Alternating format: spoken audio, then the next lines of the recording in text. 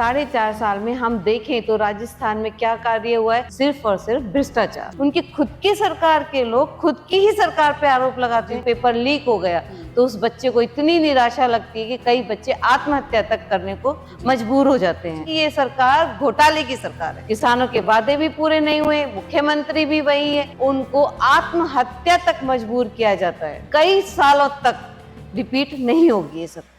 राजस्थान में जैसे जैसे विधानसभा चुनाव नजदीक आते जा रहे हैं, वैसे वैसे राजनीतिक गलियारों में ये चर्चाएं चल रही हैं कि इस बार महिला जनप्रतिनिधियों को कितना प्रतिनिधित्व मिलेगा, कितने टिकट बटेंगे, कितने अवसर पार्टियों की तरफ से दिए जाएंगे। और जब हम जनता के बीच पहुंचे, बात करें जयपुर की, तो आम जनता की भी यही राय है कि महिलाओं का प्रतिनिधित्व ज्यादा से ज्यादा होना चाहिए। ज्यादा से ज्यादा संख्या में महिला जनप्रतिनिधि को चुनकर विधानसभा तक पहुंचाया जाना चाहिए। और जब हम मालवीय नगर विधानसभा क्षेत्र में पहुंचे तो वहां की जनता से जब हमने ये जाना कि वो किसे चुनकर सरकार की तरफ आगे बढ़ाना चाहते हैं, तो वहां से एक ही नाम मुखर किया और वो नाम था सरिता मित्तल जी का। बीजेपी की नेता हैं सरिता मित्तल जी। और जब जनता से इनके बारे में पूछा गया तो उन सभी का एक मत था कि ये जब भी इन्हें याद किया जाता है आम जनता की तरफ से, तो ये उनके लिए हर दम स्टैंड लेती हैं, खड़ी रहती हैं, न दिन देखती हैं न रात देखती हैं, 24 घंटे अवेलेबल रहती हैं। तो ऐसे जनप्रतिनिधियों को चुनकर वो अपनी आवाज बनाकर सदन तक पहुंचाना चाहते हैं। सरिता मित्तल जी, मैं आपका बहुत बहुत स्वागत करती हूँ। जी शुक्रिया। मैं ये जानना चाहूंगी कि कांग्रेस सरकार के खिलाफ आप जब जनप्रतिनिधि के तौर पर जनता के बीच में जाएंगी तो ऐसे कौन कौन से मुद्दे रखने वाली हैं आप? तो सबसे पहला सवाल मेरा ये है कि अशोक गहलोत सरकार का जब नाम आता है तो भ्रष्टाचार का नाम सबसे ऊपर आता है।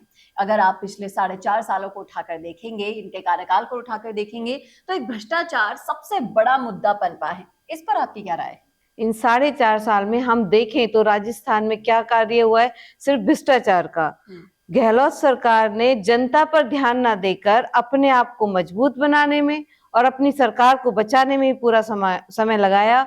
आप गांव गांव, ढाणी ढाणी, जहां भी आप पूछोगे कि इस सरकार के बारे में क्या है, तो आपको एक ही आवाज आएगी, सिर्फ और सिर्फ भ्रष्टाचार। जी बिल्कुल, ये तो आपने बिल्कुल सही कहा कि भ्रष्टाचार की पर्याय बन चुकी है कांग्रेस सरकार। इसके अलावा मैं ये जानना चाहूंगी कि अगर ऐसे बहुत से मुद्दे उठे इनके कार्यकाल में, काम तो नहीं हुआ, लेकिन अगर आप मुद्दों की बात करेंगे तो पेपर लीक का मुद्दा ले लीजिए, लाल डायरी ले लीजिए, तो इन सबको देखते हैं तो कांग्रेस सरकार के काले कारनामों का पता चलता है। तो इनको आप कैसे जनता के बीच ले जाएंगे और क्या आपकी राय है? पेपर लीक तो एक ऐसा संवेदनशील मुद्दा है जो बच्चों के भविष्य से जुड़ा हुआ है। बच्चे जो दिन रात मेहनत करते हैं, उनके पेरेंट्स अपना पेट काट के उन बच्चों को पढ़ाने के लिए पैसा इकट्ठा करते हैं कि उनका बच्चा पढ़ ले। जब वो बच्चा परीक्षा में बैठता है तो वहां देखता है पेपर लीक हो गया, तो उस बच्चे को इतनी निराशा लगती है कि कई बच्चे आत्महत्या तक करने को मजबूर हो जाते हैं। और इनकी सरकार, और जब उनको सरकार को बोलते हैं कि भाई पेपर दोबारा किया जाए, तो वो जांच एजेंसियां बिठाती हैं। उनकी खुद की सरकार के लोग खुद की ही सरकार पे आरोप लगाते हैं।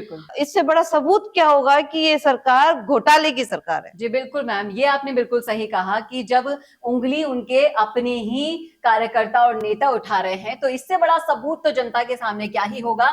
और आप ये मुद्दा जब जनता के बीच ले जाएंगे तो जनता को भी वाकई में समझ में आएगा कि ये मुद्दा बेहद संवेदनशील है। इसके अलावा मैं आपसे एक और प्रश्न का उत्तर लेना चाहूंगी। मेरा प्रश्न ये है कि ये जब सरकार जब आई थी तो किसानों से इन्होंने वादा किया था और ऐसा माना जाता है कि उस वादे के कारण ही इनकी कमबैक हुई थी। तो किसानों से जो वादे किए थे, तो क्या किसानों से इन्होंने जो वादे किए वो पूरे हुए, या फिर किसानों से जो उन्होंने वादा खिलाफी करी, क्या किसान माफ कर पाएंगे इनको? किसान ना हो तो देश में खाना ही कहाँ होगा। और किसानों से आप वादा करो और फिर वो वादा ना निभाओ। उनको बोला गया कि भाई आपका जब तक कर्जा माफ नहीं होगा तो हम मुख्यमंत्री को पद से हटा देंगे। आज किसानों के वादे भी पूरे नहीं हुए, मुख्यमंत्री भी वही है।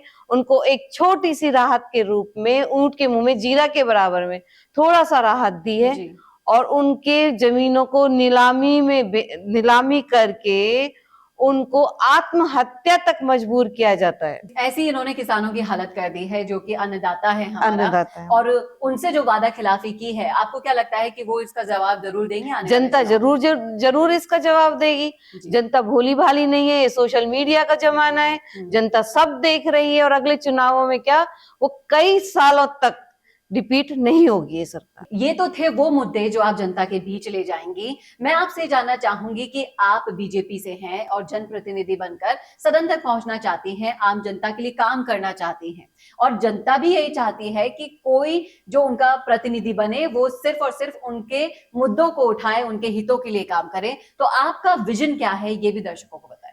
आज राजस्थान की महिलाएं सुरक्षित नहीं है जी।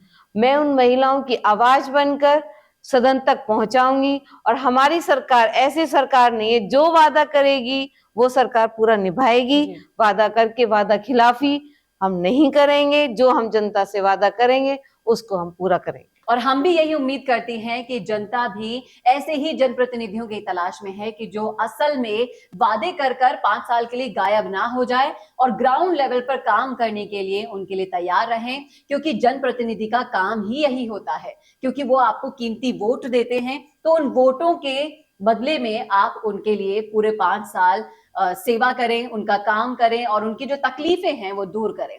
तो यही है सरिता मित्तल जी का विजन, जनप्रतिनिधि बनकर आम जनता के लिए सेवा करना। और आपकी क्या राय है, आपका क्या सोचना है, कैसा लगा आपको सरिता मित्तल जी का ये विजन, कमेंट करके जरूर बताइएगा। और इसी तरह की वीडियोस हम आपके लिए लाते रहेंगे। इसके लिए आप देखते रहिए राजस्थान संवाद। नमस्कार।